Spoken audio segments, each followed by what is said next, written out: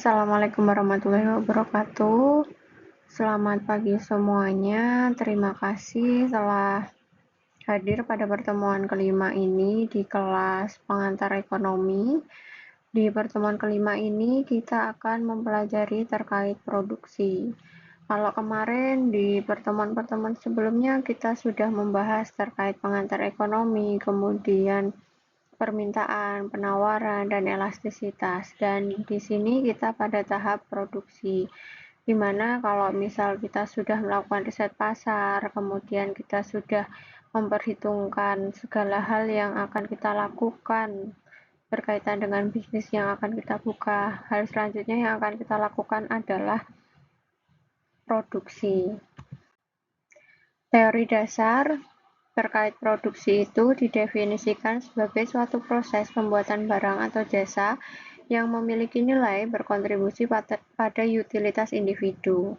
Teori produksi adalah konsep fundamental dalam ilmu ekonomi yang menyelidiki mekanisme dan proses di balik penciptaan barang dan jasa dalam suatu perekonomian. Teori produksi berusaha menjelaskan konsep bagaimana proses mengubah input jadi output. Jadi pada dasarnya produksi itu adalah bagaimana kita seorang produsen mampu mengubah barang-barang, bisa dibilang barang yang belum jadi ya, atau input, berbagai macam input yang kita miliki menjadi output, yang dimana output tersebut nantinya akan kita berikan kepada konsumen untuk kita tukar dengan uang, seperti itu. Nah, kemudian di sini ada beberapa faktor produksi, ada 4. Yang pertama tanah, yang kedua tenaga kerja, yang ketiga modal, yang keempat kewirausahaan.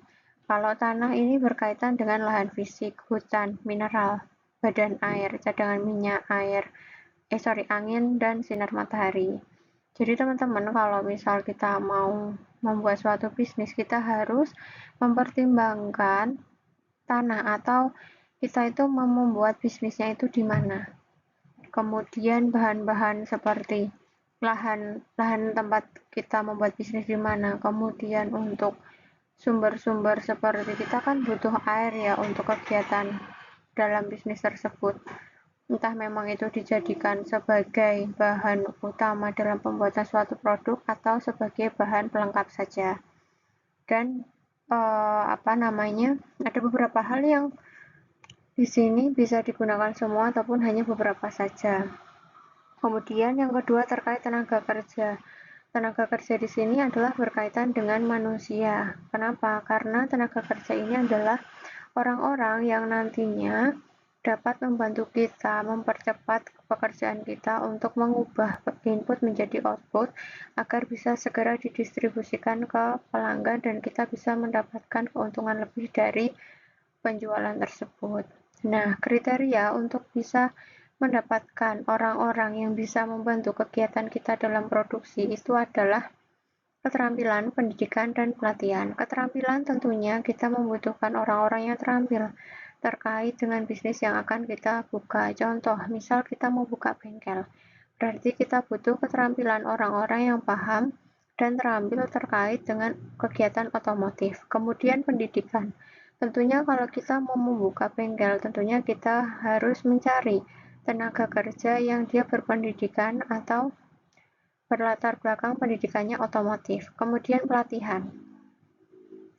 Tentunya seiring berjalannya waktu, ilmu otomotif itu kan juga pasti berkembang ya teman-teman. Jadi kedepannya pasti kita kalau punya karyawan sebisa mungkin kita berikan pelatihan untuk pengembangan SDM kita. Kemudian yang ketiga adalah modal. Modal yang kita miliki yang kita perlukan di sini seperti mesin, peralatan, pabrik, alat, dan teknologi. Kalau misal kita membuat bisnis bengkel, tentunya kita perlu beberapa mesin. Mesin misal untuk mesin untuk tambah angin seperti itu. Kemudian peralatan untuk bengkel seperti obeng, kemudian tang, dan lain-lain. Pabrik ini terkait dengan tanah yang perlu kita buka, yang dibutuhkan untuk membuka bengkel tersebut. Kemudian alatnya tentunya hal-hal yang berkaitan untuk kegiatan membuka bengkel tersebut. Kemudian teknologi. Nah, kalau misal kita membuka bengkel, di mana motor-motor di era saat ini ada beberapa hal yang memang dalam perbaikannya perlu menggunakan teknologi ya teman-teman, yang itu hanya bisa dilakukan oleh hanya bisa digunakan hanya bisa diperbaiki menggunakan teknologi canggih, misal dengan teknologi komputer kayak gitu. Jadi kita perlu mempertimbangkan model-model yang berkaitan dengan pembukaan bengkel tersebut. Kemudian yang keempat adalah kewirausahaan. Jadi kalau misal kita mau membuka bisnis, yang harus kita lakukan adalah identifikasi dulu peluang. Apakah kalau misal kita membuka bengkel itu peluangnya ada, kita membukanya di mana? Misal kita bukanya di pinggir jalan, itu termasuk peluang. Tetapi kalau di pinggir jalan yang akan kita buka sudah banyak bengkel, maka kita jangan membuka bengkel di daerah tersebut. Mengapa? Karena itu bukan menjadi peluang, karena kan sudah banyak pesaing kita di situ. Gitu. Jadi usahakan identifikasi peluang ini sebaik mungkin. Kemudian adalah organisir dan koordinasi faktor lain. Jadi kita tadi kan punya tenaga kerja, punya modal, punya tanah. Itu harus kita organisir, harus kita koordinasikan agar ketika memang bengkel kita tadi mau beroperasi itu bisa beroperasi dengan baik. Kemudian take a risk atau ambil resiko. Jadi setiap yang namanya bisnis itu pasti ada resiko. Jadi apapun resiko, entah itu resiko yang sudah mungkin diperhitungkan atau mungkin yang memang belum diperhitungkan, harus kita siap untuk mengambil resiko tersebut. Mengapa? Karena yang namanya bisnis pasti selalu ada resikonya, entah besar entah kecil. Kita harus bisa dan berani untuk mengambil resiko tersebut. Kenapa? Karena kalau resiko besar itu biasanya juga biasanya yaitu akan menghasilkan keuntungan yang besar juga. Begitu juga sebaliknya. Tetapi jangan sampai kita berani mengambil resiko yang besar tapi benefitnya hanya sedikit. Jangan sampai ya. Nah, kemudian di sini adalah manfaat skala ekonomi. Jadi yang pertama adalah spesialisasi. Jadi kalau misal kita mau membuat atau memproduksi suatu bisnis, kita harus membuat spesialisasi terhadap produk kita. Spesialisasi itu adalah bisa jadi kayak keunikan yang kita miliki, bisnis yang kita miliki itu harus unik daripada yang lain, berbeda dengan yang lain. Kemudian penggunaan peralatan. Penggunaan peralatan ini juga menjadi hal yang penting bagi teman-teman yang mau membuka bisnis. Jadi kalau misal memang peralatannya itu terlalu mahal dan tidak sebanding dengan benefit yang akan kita dapat, sebaiknya jangan gunakan peralatan yang mahal tersebut. Tetapi kalau misal penggunaan untuk menjalankan suatu bisnis itu termasuknya murah dan mudah didapat sehingga bisa membuat kita mendapatkan benefit yang jauh lebih banyak, maka gunakanlah peralatan tersebut. Kemudian negosiasi harga. Jadi teman-teman, kalian kalau mau buka bisnis kayak tadi bisnis bengkel ya, tentunya kan kita kan butuh input-input atau barang-barang yang harus ready stock, kayak contoh oli seperti itu, kemudian spare part. Nah, kalau bisa itu kita bisa negosiasi harga dari produsennya kayak gitu. Jangan sampai kita nggak bisa negosiasi harga. Kalau kita nggak bisa negosiasi harga, kemudian kita markup atau kita mencari keuntungan dari markup harga tersebut, nanti bisa jadi harga yang kita terapkan itu terlalu mahal daripada harga pasaran. Kemudian research and development serta inovasi. Jadi ketika kita punya bisnis, sebisa mungkin selalu lakukan riset dan development atau pengembangan serta tambahkan inovasi di setiap bisnisnya. Dan jangan hanya sekali, tetapi lakukan itu secara bertahap, secara sustainable.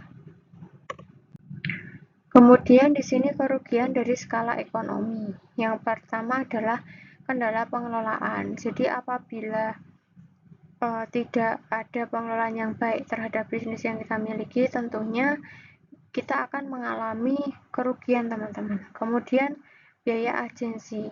biaya-biaya yang harus kita keluarkan ketika kita menjalankan bisnis itu juga harus dipertimbangkan. Karena apabila biaya agensi ini terlalu tinggi, maka bisa menyebabkan bisnis kita mengalami kerugian.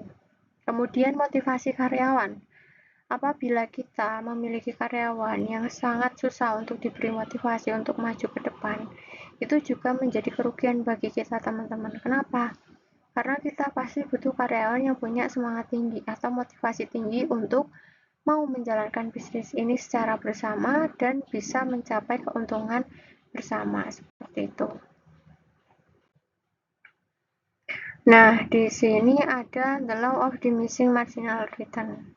Jadi ada pengaruh tambahan input terhadap output. Jadi kalau misal ini ada inputnya naik, nanti outputnya juga bisa naik. Itu masuknya kepada produktivitas yang tinggi. Tambahan input secara proporsional menaikkan outputnya.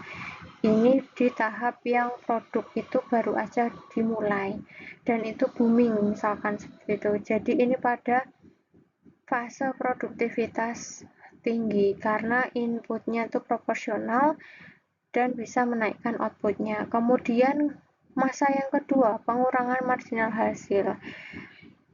Tambahan input tidak proporsional dengan kenaikan output. Hal ini terjadi dikarenakan produk ini sudah banyak orang yang memiliki sehingga input yang dihasilkan sama outputnya itu tidak seimbang, sehingga di sini tanda-tanda akan mengalami penurunan dari penjualan produk yang kita berikan. Kemudian tambahan hasil negatif. Di sini tambahan input justru bakal menurunkan output. Hal ini terjadi karena itu tadi, kalau misal perusahaan Toyota itu di awal munculnya Toyota pertama kali dengan jenis atau model pertama kali yang akan mereka dapatkan itu adalah produktivitas tinggi. Mengapa? Karena dimungkinkan anggaplah Toyota ini adalah produk atau pabrik yang pertama kali meluncurkan mobil. Jadi di sini orang-orang tertarik untuk memiliki mobil, sehingga di sini ada produktivitas tinggi. Kemudian pada pengurangan marginal hasil ini terjadi akibat gini, orang-orang kan pada akhirnya pada beli mobil. Nah, beli mobil itu kan nggak dilakukan setiap tahun ya teman-teman, rata-rata mungkin 5 tahun sampai 10 tahun sekali mereka melakukan pembelian mobil. Dan apabila Toyota tidak melakukan inovasi, tentunya di sini akan terjadi pengurangan marginal hasil. Apabila itu tidak diperbaiki, tidak melakukan inovasi, tidak mengeluarkan produk baru dengan inovasi yang lebih baik, maka akan terjadi yang namanya hasil yang negatif. Mengapa? Karena orang-orang udah punya terus dan udah pada tahu, kekurangannya Toyota tuh ini, ya udahlah nggak usah beli dulu gitu, nggak usah beli mobil seperti itu. Tetapi kalau kita menjadi seorang pebisnis, usahakan ketika produktivitas itu tinggi, kita sudah mulai untuk menciptakan ide baru. Jadi nanti ketika terjadi pengurangan marginal hasil, kita sudah bisa memunculkan atau meluncurkan produk baru. Jadi ini bisa dibilang juga ini adalah grafik product life cycle. Kemudian di sini ada isoquant, memberikan gambaran visual tentang berbagai cara perusahaan dapat memodifikasi inputnya sambil mencapai tingkat produksi yang konstan. Jadi ini adalah gambaran visual tentang bagaimana perusahaan itu kan gini teman-teman, bagaimana bisa mencapai tingkat produksi yang maksimal, tetapi dia mengubah cara-cara atau proses-proses yang itu masih dalam standar yang oke gitu, yang standar yang sesuai prosedur seperti itu. Kemudian di sini ada isocost, representasi grafis yang menggambarkan kombinasi input. Kembali, biasanya tenaga kerja dan modal yang memiliki biaya yang sama. Setiap titik pada garis ini menghasilkan total biaya yang sama, yaitu 10 juta. Jadi kalau misal isokos ini kan representasi grafis yang menggambarkan kombinasi input. Jadi digambarkan bahwa modal dan tenaga kerja ini tuh suatu hal yang berjalan secara beriringan atau biayanya memiliki biaya yang sama. Kemudian di sini titik optimum perpotongan isokos dan isokon.